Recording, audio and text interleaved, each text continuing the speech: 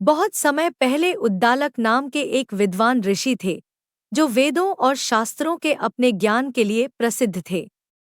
अनेक विद्यार्थियों ने उनसे शिक्षा प्राप्त की।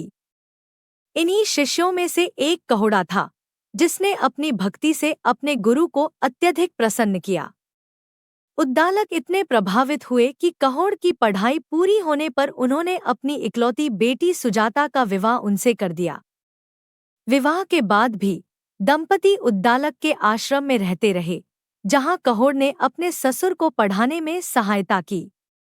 समय आने पर सुजाता गर्भवती हो गई। जब वह पढ़ाते थे तो उन्हें अपने पिता और पति के पास बैठने की आदत थी। उनके अजन्मे बच्चे ने अपने दादा को वेदों की व्याख्या सुनकर वेदों पर महारत हासिल कर ली।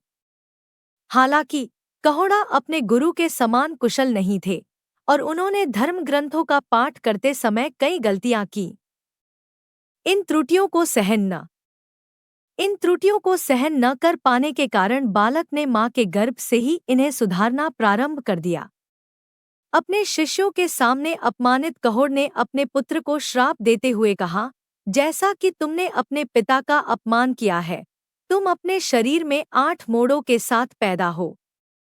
तदनुसार बच्चे का जन्म 8 स्थानों से टेढ़े शरीर के साथ हुआ था और उसका नाम अष्टावक्र 8 विकृतियों वाला रखा गया। एक बार राज्य में शास्त्रार्थ विद्वानों और बुद्धिमानों के बीच प्रतिस्पर्धा हो रही थी, क्योंकि अन्य लोग भी शास्त्रार्थ में गए थे। वरुणलोक के एक ब्राह्मण ने राजा जनक को चुनौती दी थी, क्या उनके राज्य का कोई भी उन्हें शास्त्रार्थ में हरा सकता है, अन्यथा वह पराजित विद्वानों को अपने लोक में ले जाएगा। जो भी ब्राह्मणों की चुनौती स्वीकार करता है वह पराजित हो जाता है। खुद को हमेशा सही मानने वाले कोहड़ा ने चुनौती स्वीकार कर ली। ब्राह्मण ने उन्हीं गलतियों पर सवाल उठाया जिन्हें ठीक करने के लिए गर्भ में पल रहे बच्चे ने अपने पिता कोहड़ा मुनि से कहा था, जिसे उसने सुनने की परवाह नहीं की और अंततः वह हार गया। कुछ दिनों के बाद प्रबुद्ध शिशु का जन्म हुआ। शिशु का चेहरा शरद के चंद्रमा से भी अधिक सुंदर था और शिशु की सुंदर आंखों से शांतिमय किरणें बरस रही थीं। लेकिन श्राप के कारण शिशु का शरीर 8 स्थानों से विकृत हो गया था, इसलिए दिव्य बालक का नाम अष्टावक्र रखा गया। जब अष्टावक्र 12 वर्ष के हुए तो उन्हें अपने पिता के शास्त्रार्थ की घटना के बारे में पता चला और उन्होंने अपने पिता मुनि कोहड़ा और अहंकारी ब्राह्मण की कैद से मुक्त करने का निर्णय लिया। अष्टावक्र मुनि ने निर्णय लिया कि वे जनक महाराज के दरबार में जाकर उस सभा में चल रही दार्शनिक चर्चाओं को सुनेंगे। जनक महाराज स्वयं वेदों के ज्ञान के लिए इतने प्रसिद्ध थे। उनका दरबार कई विद्वानों, आत्मसाक्षात्कारी व्यक्तियों और मंत्रियों के लिए भी बहुत प्रसिद्ध था, जो या तो वहां रहते थे या जो केवल उनके दरबार में चलने वाली बौद्धिक और दार्शनिक चर्चाओं के लिए वहां आते थे। चूंकि अष्टावक्र मुनि का शरीर इतना विकृत था कि छड़ी की मदद से भी उन्हें जनक महाराजा के दरबार तक की यात्रा करने में 30 दिन लग गए। एक ऐसी यात्रा जिस पर चलने में एक सामान्य शरीर वाले व्यक्ति को केवल 1 दिन लगता। वह बहुत धीरे धीरे चला और बहुत कठिनाई से, लेकिन अंततः वह अपनी यात्रा के अंत तक पहुंच गया। जब अष्टावक्र मुनि ने दरबार में प्रवेश किया तो सभी लोग उनकी ओर देखकर हंसने लगे। उसे देखो, उसका शरीर बहुत टेढ़ा है। देखो वह कितना बदसूरत और विकृत है। वहां बहुत हंसी थे। उसके कपड़े देखो, उसके पास अच्छे कपड़े नहीं हैं। जरा देखिए कि उसके शरीर के बाकी हिस्सों की तरह उसके पैर भी किस तरह मुड़े हुए हैं। यहाँ वह मुड़ गया है, वहाँ वह मुड़ गया है। उसके बारे में सब कुछ विकृत है। पूरी सभा हंसी से गूंज उठी।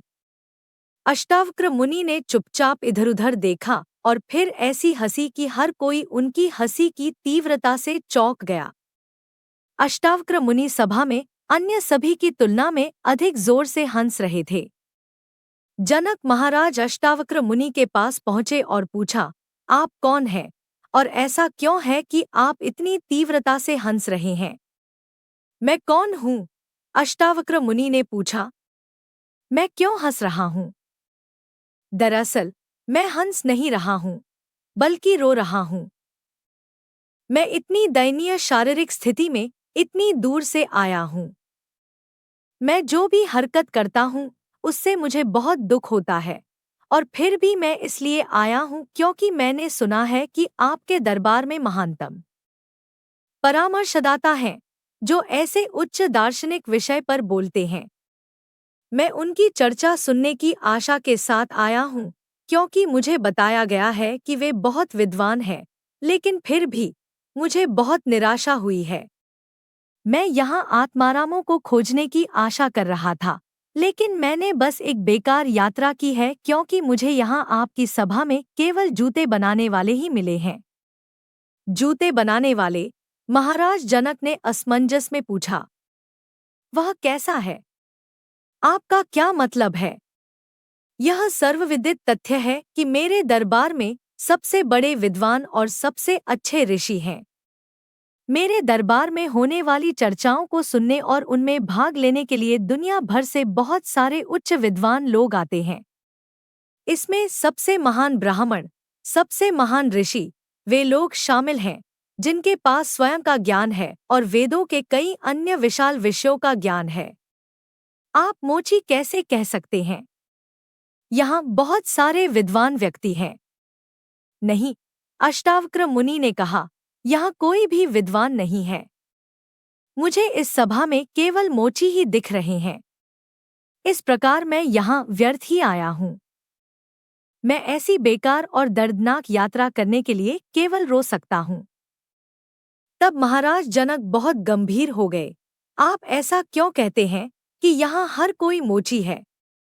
आपको यहाँ कोई ऐसा व्यक्ति नहीं दिखता जिसे आप विद्वान समझते हों। कोई ऐसा व्यक्ति नहीं जो ब्राह्मणों के एक महान वंश से आया हो। कोई ऐसा व्यक्ति जो वेदों को जानता हो? नहीं, अष्टावक्र मुनि ने कहा, वे सभी मोची हैं। उन्हें सिर्फ त्वचा दिखती है। वे आत्मा को नहीं देखते। उन्हें आत्मा और परमात्मा का कोई एहसास नहीं है। वे सिर्फ त्वचा देख रहे हैं और इसी आधार पर अपना फैसला ले रहे हैं।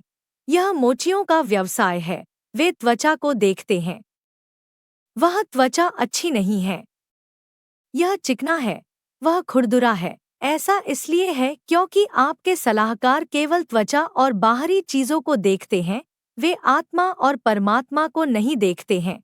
इसलिए मैं कहता हूँ कि वे केवल जूते बनाने वाले हैं, और मैंने इस सभा में आकर अपना समय बर्बाद कर दिया है। अष्टावक्र मुनि के वचन सुनकर जनक महाराज तथा उस सभा में उपस्थित सभी लोग अत्यंत प्रभावित एवं लज्जित हुए। उसके शब्द कितने सरल थे, लेकिन कितने सच्चे थे। जनक महाराज ने अष्टावक्र मुनि को प्रणाम किया और उनके चरण कमलों को स्पर्श किया। इसके बाद जनक महाराज अष्टावक्र मुनि को अपने सिंहासन तक ले गए और उनके पैर धोए और माफी मांगी। तब अष्टावक्र ने ब्राह्मण को शास्त्रार्थ के लिए चुनौती दी और उसे हरा दिया। चुनौती के नियमों के अनुसार ब्राह्मण ने अपने सभी बंदियों को मुक्त कर दिया, जिसमें अष्टावक्र के पिता मुनि कोहाड़ भी शामिल थे। ब्राह्मण ने महान अष्टावक्र से उसे माफ करने के लिए कहा और पराजित व्यक्तियों को वरुण लोक में बंदी बनाने के पीछे का पूरा रहस्य बताया, क्योंकि वहां एक बड़ा यज्ञ चल रहा था। बड़ी संख्या में विद्वान ब्राह्मणों की आवश्यकता थी।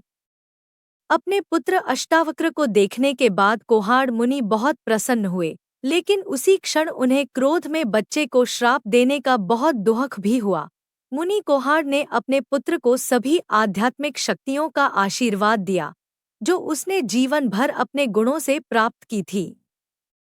जैसे ही अष्टावक्र ने पवित्र नदी में डुबकी लगाई, अष्टावक्र का शरीर अपने मूल शुद्ध रूप में